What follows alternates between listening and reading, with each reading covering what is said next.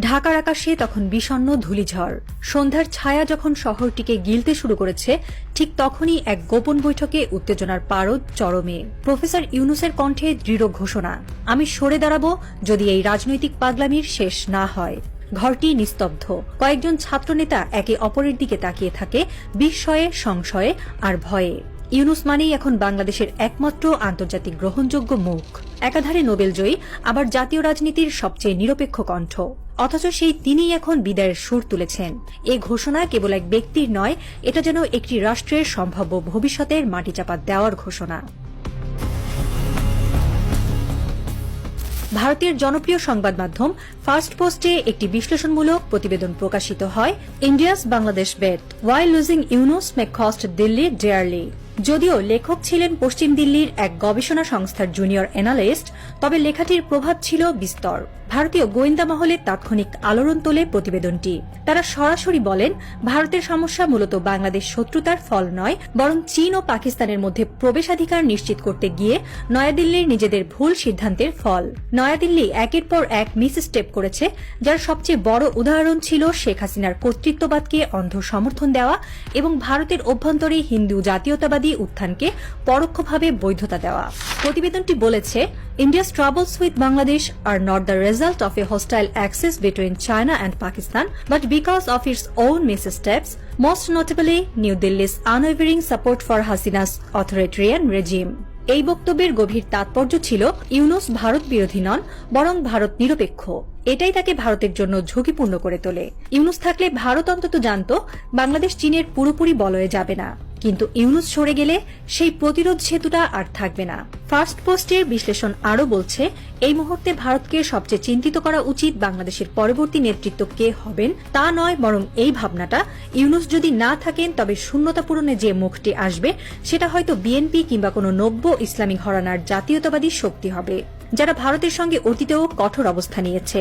আর সবচেয়ে উদ্বেগজনক লাইনটি ছিল, বিজেপি's blind support to Hasina and Hindutva's raised under Modi has created a vacuum India cannot fill unless Yunus remains. সোজা কথা, ভারত তার ভুলে আজ এই অবস্থায় পড়েছে এবং ইউনূস না থাকলে এই শূন্যতা এমন কারো হাতে যাবে যার ফলে ভারতই সবচেয়ে বেশি বিপদে পড়বে। প্রফেসর ইউনূসের নেতৃত্বে বাংলাদেশের ভেতরে ভারত বিরোধী আবেগ ততটা দৃশ্যমান নয়, কারণ তিনিই আন্তর্জাতিক ফোরামে ভারতীয় প্রোপাগান্ডার বিরুদ্ধে দাঁড়িয়েছিলেন। বাংলাদেশ মানবাধিকার লঙ্ঘন করছে, এই অভিযোগের বিরুদ্ধে যিনি সোচ্চার হয়েছিলেন জাতিসংঘ থেকে ইউরোপীয় সংসদ পর্যন্ত। তবে ভারতের দৃষ্টিতে ইউনূস ছিলেন এক ব্যবধান। তার চলে যাওয়ায় ভারতীয় কূটনীতি কিছুটা হাফ ছাড়বে বলেই দিল্লির ঘনিষ্ঠ গণমাধ্যমে এখন গুঞ্জন। কারণ তারা বিশ্বাস করে ইউনূস সরে গেলে ফের আসতে পারে তার বন্ধুত্বপূর্ণ সরকার, হয়তো হাসিনার মতো কেউ কিংবা তার চেয়েও অনুগত কেউ। কিন্তু কৌশলগতভাবে ভারত যে ভুলটাই করেছে তা নিয়ে প্রশ্ন তুলছেন বহু বিশেষজ্ঞ। দক্ষিণ এশিয়ায় তাদের অন্ধ সমর্থন ভিত্তিক নীতি এখনও শেখ হাসিনার মতো স্বৈরাচারদেরই পুষ্ট করেছে। ফলে বাংলাদেশের জনগণের মাঝে ভারতের প্রতি যে নেতিবাচক ধারণা তৈরি হয়েছে তা ফেরানোর মতো জাদু বলে কোনো কূটনীতিকও আর নেই। প্রফেসর ইউনূস যদি সত্যিই পদত্যাগ করেন তাহলে কি ঘটবে? প্রথমত, বাংলাদেশের ভেতরে রাজনৈতিক শূন্যতা তৈরি হবে। একদিকে এনসিপি নামের অর্ধগঠিত প্রতিষ্ঠান, অন্যদিকে বিএনপির ধ্বংসস্তূপ। এই দুয়ের মাঝখানে থাকবে না কোনো নিরপেক্ষ গ্রহণযোগ্য শক্তি। সেনাবাহিনীর ভূমিকাও তেমন নিশ্চিত নয়। তাছাড়া ছাত্রনেতাদের যে অংশটি সংস্কার চায় তাদের কথাও নয়াদিল্লির চক্ষুশূল। দ্বিতীয়ত, আন্তর্জাতিক পরিসরে বাংলাদেশ ফের এক পথভ্রষ্ট রাষ্ট্রে পরিণত হবে। চীন, পাকিস্তান ও তুরস্কের কূটনৈতিক লাইন মেনে চলা শুরু করবে ঢাকা, কিন্তু পশ্চিমা বিশ্ব তখন দ্বিধায় পড়বে। ইউনূস ছিলেন তাদের জন্য নিরাপদ সেতু। তার অনুপস্থিতিতে পশ্চিমের আগ্রহ কমে গেলে বাংলাদেশের অর্থনৈতিক ভবিষ্যৎ অনিশ্চিত। তৃতীয়ত, এটাই সবচেয়ে গুরুত্বপূর্ণ, ভারত হারাবে সেই স্ট্র্যাটেজিক ক্লাউড যা ইউনূস ছিলেন। তার উপস্থিতিতে অন্তত একটি মধ্যপন্থী বাংলাদেশ ছিল ভারতের সামনে। তার অনুপস্থিতিতে যে ফাঁকা জায়গা তৈরি হবে তা পূরণ করবে কে? চীন, আমেরিকা নাকি পাকিস্তানের জোট? 2017 সালের ডোকলাম সংকটে ভারত শিখেছিল প্রতিবেশীর প্রতি সদিচ্ছা ছাড়া কৌশলগত গভীরতা অর্জন করা যায় না। শিলিগুড়ি করিডর, চীনের রোড প্রকল্প, নেপালের দিকে ঝুঁকে যাওয়া রাজনীতি সবই ছিল কৌশলগত ভুলের ফল। বাংলাদেশেও একই ভুল করেছে নয়াদিল্লি। একসময়ের বন্ধু রাষ্ট্রকে তারা শুধু হাসিনা আর তার প্রশাসন দিয়েই বিচার করেছে। ইউনূসের নিরপেক্ষতা তাদের চোখে পড়ে না। আর এখন তারা যদি তাকে বিদায় নিতে দেখে হাসে, তবে সেই হাসি দীর্ঘস্থায়ী হবে না।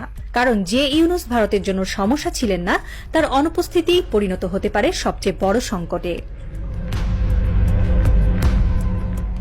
ঢাকার বাতাসে এখন আতঙ্ক আর গুঞ্জনের গন্ধ। বিকেলে বিশ্ববিদ্যালয়ের ক্যাম্পাসে হঠাৎ এক পোস্টার দেখা গেল, ইউনূস সরে গেলে আবার দালাল আসবে, প্রস্তুত হও। কে টাঙিয়েছে জানা যায়নি, কিন্তু রাতভর তা ভাইরাল। ততক্ষণে ঢাকার মিরপুর, চট্টগ্রামের আগ্রাবাদ, সিলেটের জিন্দাবাজারে ছাত্রদের রোড মার্চ শুরু। তাদের মুখে একটাই স্লোগান, ইউনূস থাকলে জাতি বাঁচবে। আরেক প্রান্তে ভারতীয় দূতাবাসে আলো জ্বলছে দেরি পর্যন্ত। একজন শীর্ষ কর্মকর্তা ফোনে বলছেন, প্ল্যান বি অ্যাক্টিভেট নাও। কিন্তু বাংলাদেশের মাটিতে কত প্ল্যান বি চালু করা যায়? যদি ইউনূস সত্যি বিদায় নেন, তবে কি ভারত পাবে তার কাঙ্ক্ষিত বন্ধু সরকার, নাকি এই শূন্যতা থেকেই জন্ম নেবে এমন এক শক্তি যা হবে ভারতের কূটনীতির সবচেয়ে বড় দুঃস্বপ্ন? সন্ধ্যা নেমেছে। শূন্য রাষ্ট্রপতির প্রাসাদে এক ফাইলে লেখা আছে, ইন্টারিম পাওয়ার ভ্যাকিউম, রিস্ক লেভেল রেড।